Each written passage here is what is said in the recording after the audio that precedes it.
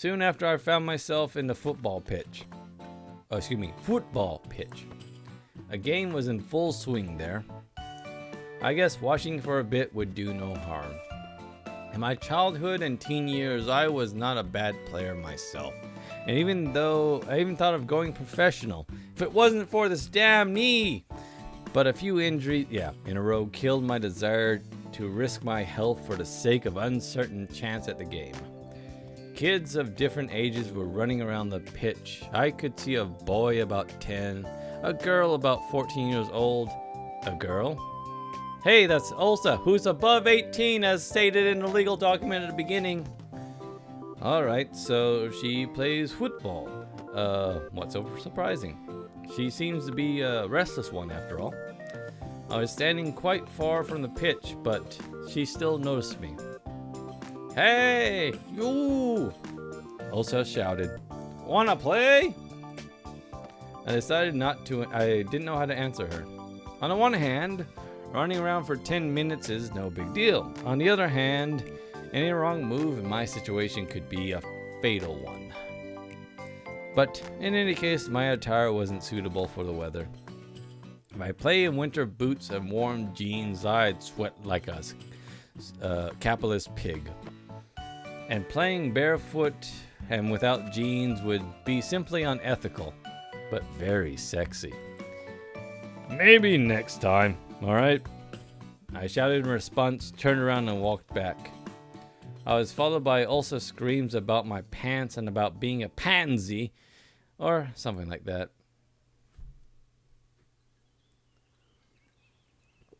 Ellipses also called me a pussy. Evening was falling, making me feel tired and empty after a day of wasted with no real purpose. Ellipses, you bastards, leave me alone. Hey, Gendo. I came back to the square, sat down on a bench, and gave an exhausted sigh. I better sit here and wait for dinner. After all, it's easier to search for answers when you're not hungry. To give food to the people, to give food to the people is good, right? Anyways, completely writing my own story. They do give food to people here, right?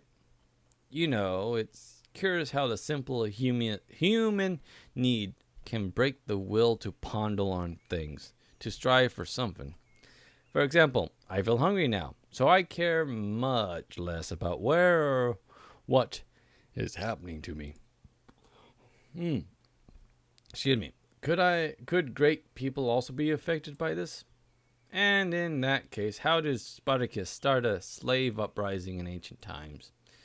I can only conclude that I am not a great person, and it does not really matter which what means I serve as a gear in society. The Matrix, or whatever weird boot camp this is. My thoughts were interrupted by the sound of the bells chiming from a loudspeaker on a light pole, which I think you can actually see from here somewhere. Well, there's one here, but anyways. It must be the dinner call. I headed towards the canteen. It was a good thing that now I knew where it was. Olga was there, standing on the porch. I stopped and looked closely at her as if I was expecting something. She looked back at me for a while, but at last came closer. Simon, what are you waiting for? Come in already. Guess nothing bad can happen if I go with her. Bow, chica, wow, wow. Again, all the lovely students there, including our favorite back here in the corner. Again, that's not a mouth, that's actually a visor. And then he has the same amount of hair as I do. We also have the Pilot 2, or Child 2 rather. And I think the other one is here somewhere too. Is that Ray? Anyways, the canteen looked like a canteen. I had a chance to visit a factory canteen at some point in my life. This one was exactly the same, just maybe a bit cleaner and more modern. Metal chairs and table, glazed tiles on the wall, and on the floor, unsophisticated tableware. Yeah, get through it. Guess that's what a canteen in a pioneer camp's supposed to look like. Then again, they're not supposed to look this sexy. Simon, wait a moment. We'll find you a place to sit. She looked around the place. Da Viscosol! Hold it right there. Olga shouted at Elsa, who was passing by. What? What's up with your clothes, you hussy? Anything wrong with them? Indeed, her attire was somewhat provocative, arousing, stimulating. Get your uniform nice and neat, right? No. Alright. Elsa got her shirt right in... Did she do that right in front of you? Yeah, cool. So, where can we find you a place to sit? Let's see. There was lots of free seats.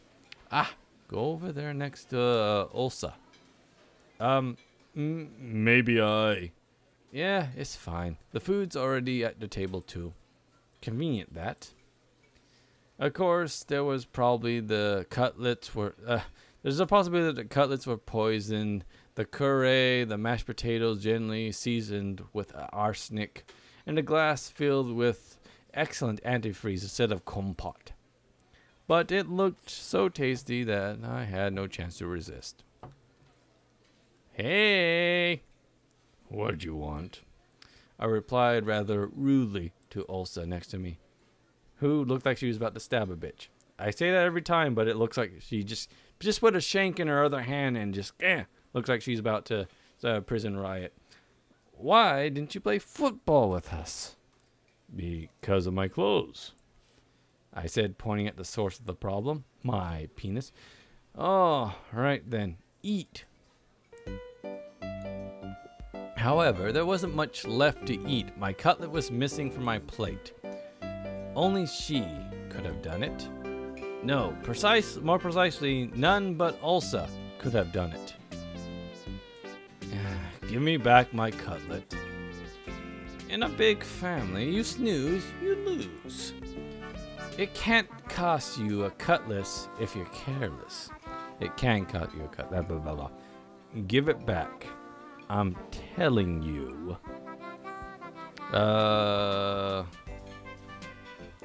What do I want to do? I don't think it matters on this one. How about don't attempt. Just let it go. See, I don't have it. I don't remember this from the previous one. Didn't she put a bug in this one? Is this a different scenario? Hold on a second. Let me check something out here.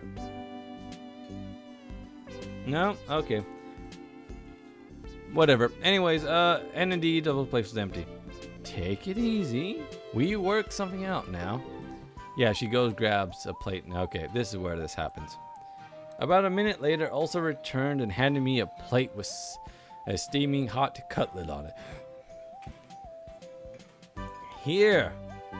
Here's one for the starving. Thanks. It says all I could say. I was so hungry that my suspicion was gone in a flash. I picked up the cutlet with my fork and... By the way, that's bigger than the cutlet. What the? Some bug. No, not a bug. An insect, which is a bug. It's got legs and it's wiggling. The plate fell to the floor and broke into pieces. The chair hit me on the head and I was falling. I dislike insects since I was a child, but these creepy crawlies appear on my plate. That's just way too fucking much, you little. Ulsa seemed ready for such a twist, and she was already at the door laughing as she headed for some kind of comedian joy. She dashed away laughing.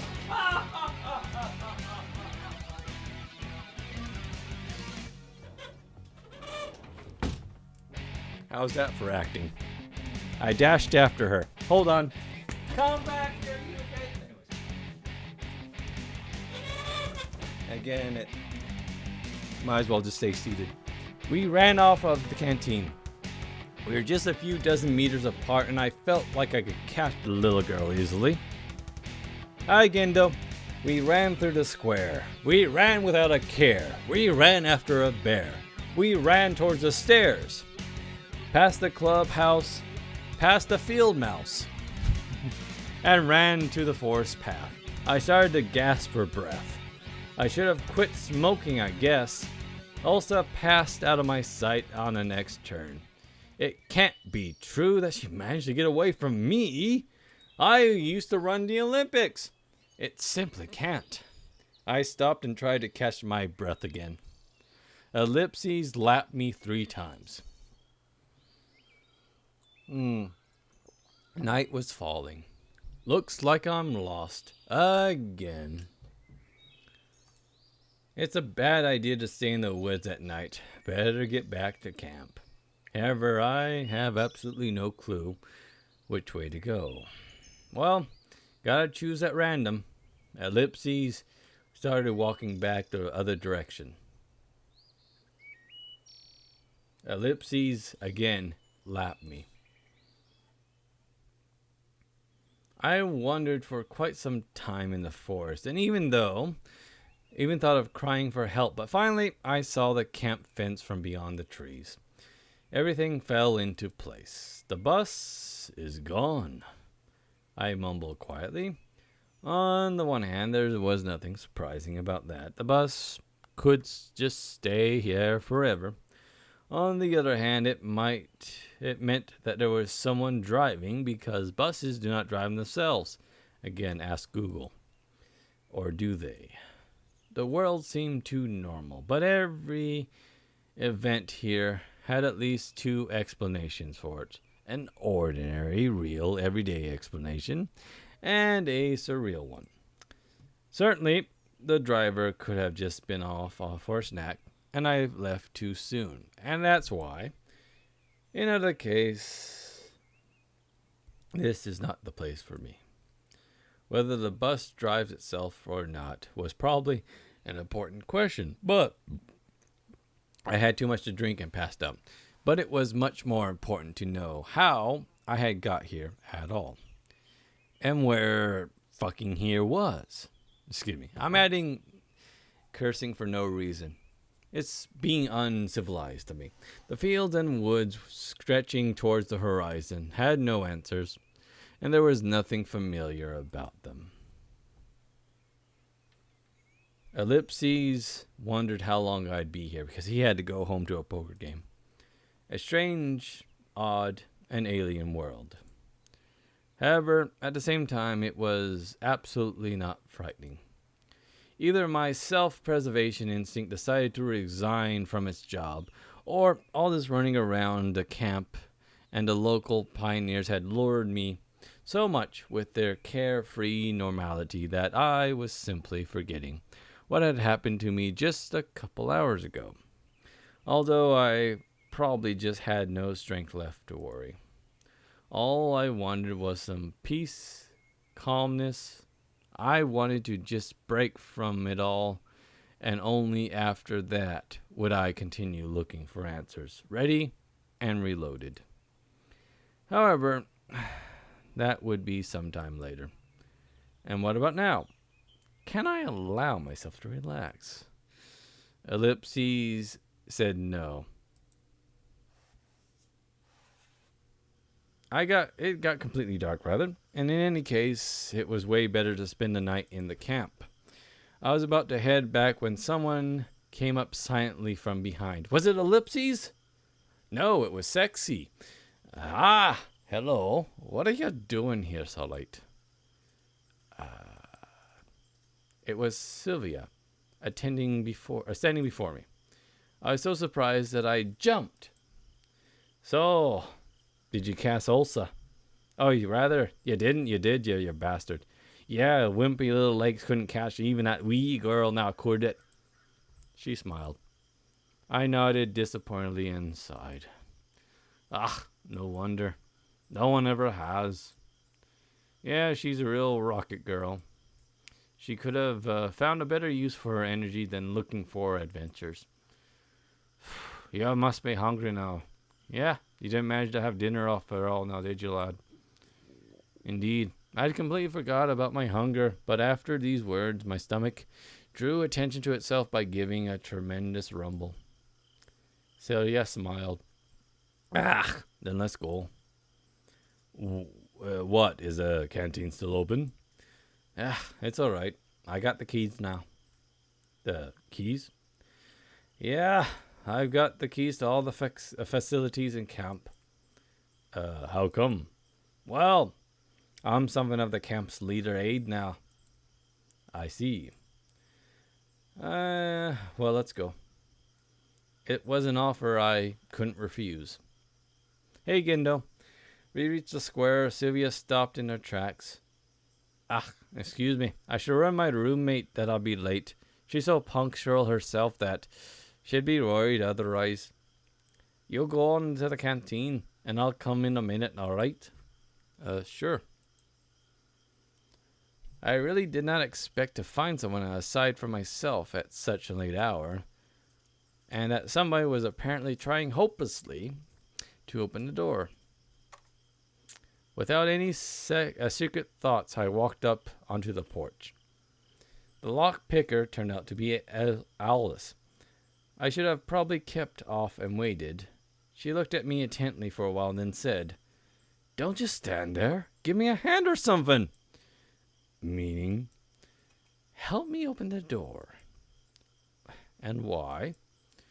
'Cause I want some buns and some keflar. Dinner wasn't enough for me. I have a growing body. And if you don't, I'll eat you. Anyways. Is that really a good idea? Aren't you hungry yourself, Elsa didn't let you have a normal dinner now, did she? She smiled sarcastically. It's true, she didn't. It's fine. Sylvia's on her way now anyways. What? Guess I shouldn't have said that. I'm off then. And you'll pay for this. You owe me 2 already. Having said that, Alice disappeared into the night.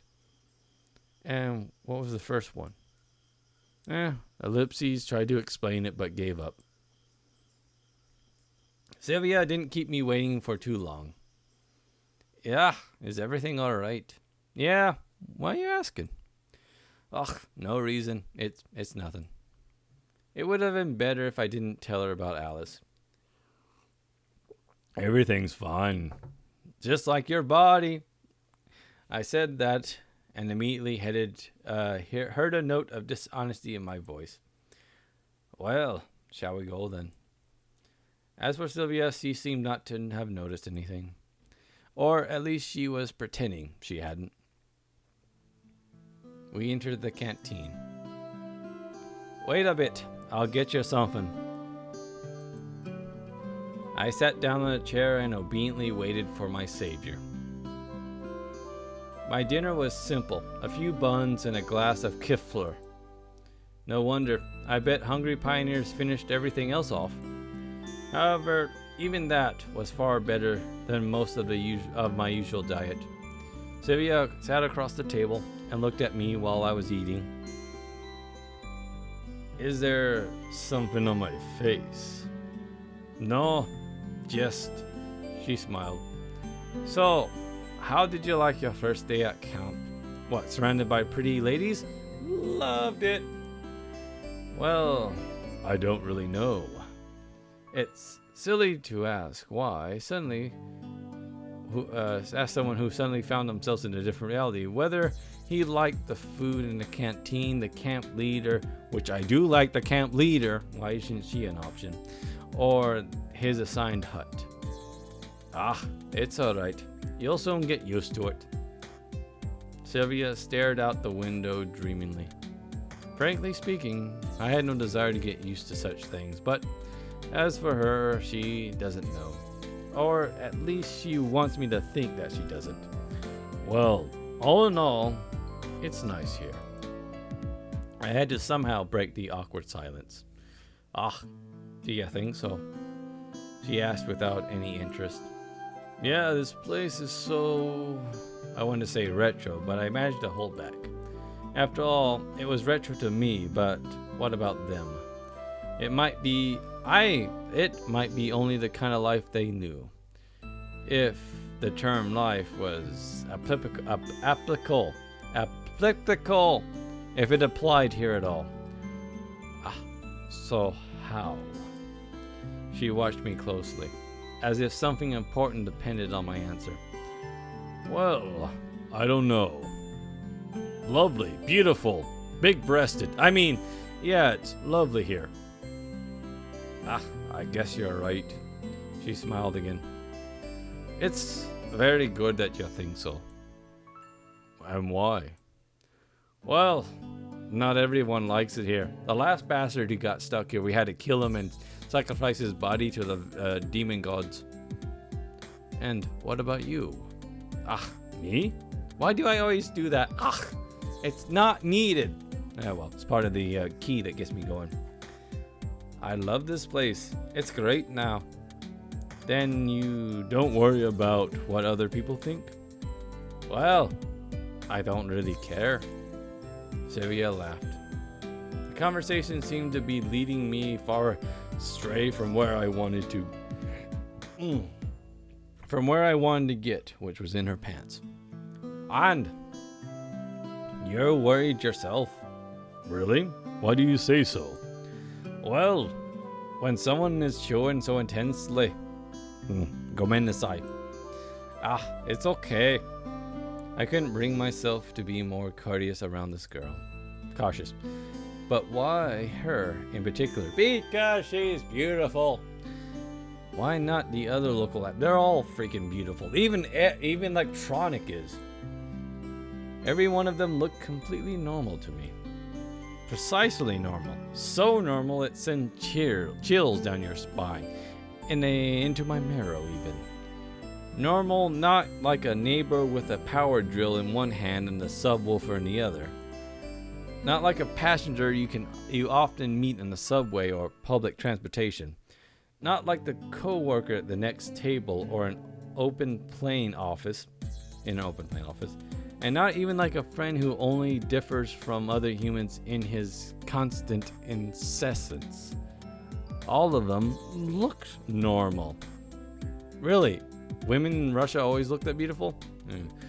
As I would expect them to be. With their own downsides, with their own superpowers, without any superpowers. And Sylvia was almost cute. Almost. I glared at her stiffly, not knowing what to say. I'm sorry. I wanted to show you the camp, but ran off my feet. I didn't miss anything on my own, I guess. Are you sure you haven't missed anything at all? She smiled so brightly that I had to drop my eyes in confusion. Don't look down here, look here. Well, how would I know? It's my first day here after all. Okay. And what have you seen so far? I've seen the square, this canteen, the football field, Gendo, the sexy camp leader. And what about the beach? I was in the pier, not the beach. Just from afar. You really should go there. Or let's do it together. What do you mean by it? Yeah, okay, we will. Her naturalness scared me.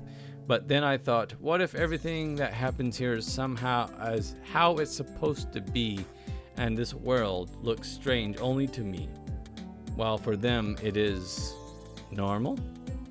Maybe I was thrown into the past. You know, that usual chestnut of a story. Yeah, that would explain a lot. Can I ask you a stupid question? No. Sylvia smiled and stood up. What? Like, no, I gotta go, you idiot. It's late. Can you find a way to Olga by yourself? Of course I can, but why should I go there? Shall settle you with someone. What for? Part of the question seemed stupid because Sylvia burst into good-natured laughter. Oh, I haven't seen that face before. You need to sleep somewhere now, don't you, lad? I guess that makes sense. Fine, I'll be off then. Good night. Not gomenasai. Ohio no. Konbawa. No, Ohio gozaimasu. Konbawa. Yeah, that's right. Because konnichiwa is... Anyways, whatever. Good night. Strange that she left in such a hurry. A bundle of keys left in the door caught my attention. I was going to catch up with Sylvia, but where does she live? And knocking on every door in the middle of the night doesn't seem like a bright idea. I've done both. Let's take the keys. I better take them. I'll give them back to tomorrow because who knows what would happen at night. Because the freaks come out at night. Some such thoughts gave me chills. It's me who needs to be careful here in the first place. The night, though dark, wasn't silent at all. One could hear chirping crickets, the song of night birds, and the rustling of trees from everywhere. The sudden desire to follow Sylvia's advice and go to the camp leader's cabin appeared. Hey, Gendo. I didn't know why, but the sight of the unknown bronze builder of communities put me in a constructive mood. I sat on the bench and started to recall everything that happened today. That was all my construction mood could offer. Here was much brighter than near the canteen, and tardy pioneers were running by. So this place didn't seem scary at all. But summer camps, beautiful girls. I was so tired from everything new and strange that I could not come up with a single freaking explanation as to what was going on around me. I believe string theory. I say string theory. By the way, the flags are actually down, so they take them down at night. I had barely noticed a noticeable rustle nearby. I shivered and looked in that direction. A girl? Reading a book? What blasphemy is this? Anyways, Lena. I decided to move closer and talk. She was the only person I've met here without an exchange of even a few words. Hi, what you reading? Lena was so surprised that she even jumped. Sorry. Didn't mean to startle you. Never mind. She blushed and stared at the book again. So, what are you reading? On the cover was written, Gone with the Wind. Praise the book, I guess. Ah, that's a good book. For a Western book, but, you know. Thanks. Honestly speaking, I haven't read it, but I think that such literature suits her very well. Damn it, Martha, I don't give a damn. That's the wrong book. No, that is the right book. Damn it, I don't give a... What is it? Damn it, Martha? Not Martha. I don't give a damn. Anyways, Lena didn't seem to be interested in continuing the conversation. Well, if I'm bothering you. No, it's okay. She answered while still looking at the book. Can I sit beside you for a while? Why? And really, why? Maybe just because I was very tired and having company is better than being alone. And maybe I wanted to try to find something out from her. I carefully examined Lena, i.e. I undressed her with my eyes. But no, I doubted that. Well, I don't know. I'm not allowed to. Feel free. But if I'm bothering you... No, you're not. I can leave. Just say the word. Everything's all right. Okay, then. I sat on the bench. I sat at the end of the bench. I didn't call you that. Bench carefully. After such an intense talk, staying here was the last thing I wanted, but it would be nice just to sit, just to stand. It wouldn't be nice just to stand up and leave. That didn't really go well, huh? Lena hadn't answered anything. It seemed I made a fool out of myself. I bet if Ulsa was here, she'd have a good laugh at me. Do you enjoy being here?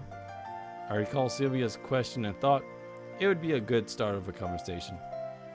Yes. She smiled slightly. I guess I'd like it too. Lena definitely isn't very sociable and probably can't carry a meaningless conversation as easily as Sylvia. But there's something about her that attracted my attention. Something about her that attracted... I'm sorry, I didn't mean to look down there. Don't give me that look. Like a momentary glimpse of a reflection in the glass on a rainy autumn evening. That's a weird... I don't know why that sentence struck me as weird. Anyways, which makes you turn around and stare into the darkness, searching for something that you saw at the corner of your eye. Of course, you weren't able to distinguish or understand what it was, but it still felt so tempting. Nina was still reading the book without paying attention to my presence. And I had no intentions of asking her anything about this camp or this world in general. Beautiful night. Yes. How in the world would you start a conversation with her? It's late. I have to go. Yes, it's quite late. Good night. Night. Hey, Gendo again. There was something strange about that girl. At first glance, she's a typical shy, modest pioneer girl, but the mystery of Lena took its own place in this massive list of mysteries about this camp, which I had started to put together in my own head. Ellipses sat in the bench across from us, taking pictures. Hey, Gendo. A lazy evening. There's nothing like a good time with nothing to do. I headed towards Olga's cabin. The light in the house was on. Oh yeah. Hello, Simon. You're quite late. You've been a bad boy. Yeah. I went for a walk around the camp. All right. You'll be sleeping here in my bed. No, stop it. She pointed her finger at one of the beds. Right here? I was a bit surprised. Yes, is something wrong? We're out of free cabins anyways. The camp leader smiled, but I'd rather think it was just out of politeness. You do want to be a decent pioneer now, do you? There was a clear emphasis on the word decent. No, I want to be a bad boy. Let me be a bad... No, I was kidding. Sure. I was lost in thought for a moment. You were staring. Admit it. Do you have any... don't you mind it, mademoiselle? She looked at me oddly, with a surprise and offense in her eyes. A pioneer should respect their elders, Olga said strictly. Of course he should. No arguments with that. I blathered, not realizing what was wrong. Shouldn't you also? She stared at me. Such a glare even mithril forged by the best dwarf masters from the deepest dungeons would melt. Should I what? What's up? Toots. Even if she was, I wouldn't use the word toots. Hey, what do you mean there, sugar tits? Annoyance and lack of understanding made me raise my voice. You mustn't address adults appropriately. Yes, of course there are a lot of strange things here, but this girl is just a couple years older than me, or maybe even younger. But I decided not to argue, just let it go. Well, just a few minutes ago, I could have never called her an adult. I had to admit she was also giving me a strong character vibe. And in any case, I was in a position to argue. As you say, madam, I mumbled. That's much better. That is also how a decent pioneer should conduct himself. And now it's time for sleep. Honestly speaking, I wasn't going to become neither decent nor an indecent pioneer. Just yesterday, I wasn't going to become a pioneer at all. But do I have a choice now? If I don't want to, we'll have to make you. This is what Olga's motto was probably going to use. I climbed into bed, closed my eyes, only to realize how tired I was after today. Something hammered in my head, awful, as if my brains had started a night shift. And they seemed to be aimed more at rolling steel than working on something more sensitive. There was the bus that flew through my mind. Hey Gendo, the square and the monument. The canteen full of pioneers. Hey Guy, how you doing? The mischievous face of Ulsa. Sylvia. Notice you don't remember her you most of the day you've seen her normally. What you remember is this here. You pervert. And my best friend. Anyways, Lena.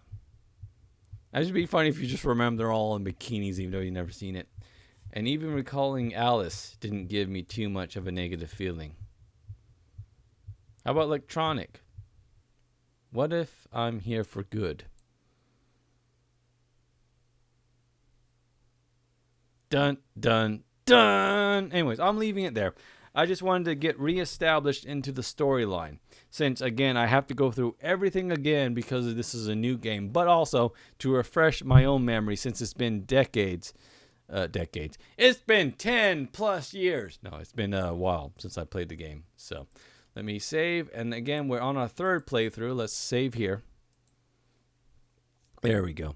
Because in this one, if I haven't declared it yet, I'm going after Sylvia again. I went after Sylvia in the last playthrough, but I think I made a major choice which sent me down the Simon good and bad endings. So I'm trying to use a little cheat sheet here to do Sylvia's ending. Again, it's just showing me the choices, not what they refer to kind of thing. So that way everything will still be surprise and fresh to me when it comes to new content. Anyways, all that aside, let me know if you want to see more of this.